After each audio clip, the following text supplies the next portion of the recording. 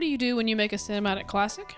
Well, you make another one. So, here are 3 facts about the 2001 cinematic classic, The Mummy Returns.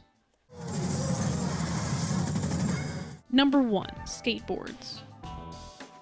It makes sense that the time period The Mummy Returns takes place, that skateboards would be irrelevant. During the beginning of the film, when Rick and Evie are tomb raiding, they get washed out and they float on top of the water towards their son Alex. To achieve this scene, both Brendan Fraser and Rachel Weisz were on skateboards skating up towards after Freddy both. If you look closely, you can actually see the skateboard underneath Fraser. It almost blends in with his pants if it weren't for he had a white shirt on.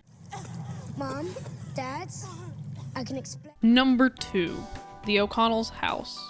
It may be a shock to some that in The Mummy Returns, the O'Connells have a very fancy mansion. It's big, it's large, it's elaborate, but this always wasn't the case.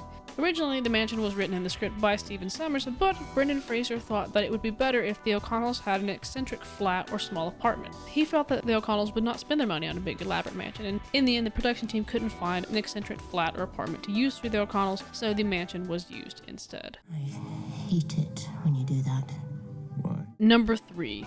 Brendan Fraser's numerous injuries.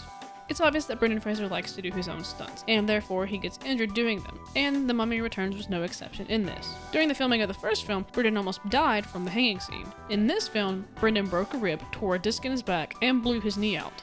Fraser's dedication is unmatched, but later on these injuries caused a lot more problems, and was part of the reason why he had to step back a little bit after a lot of turmoil in his life. Big meat. Big bugs.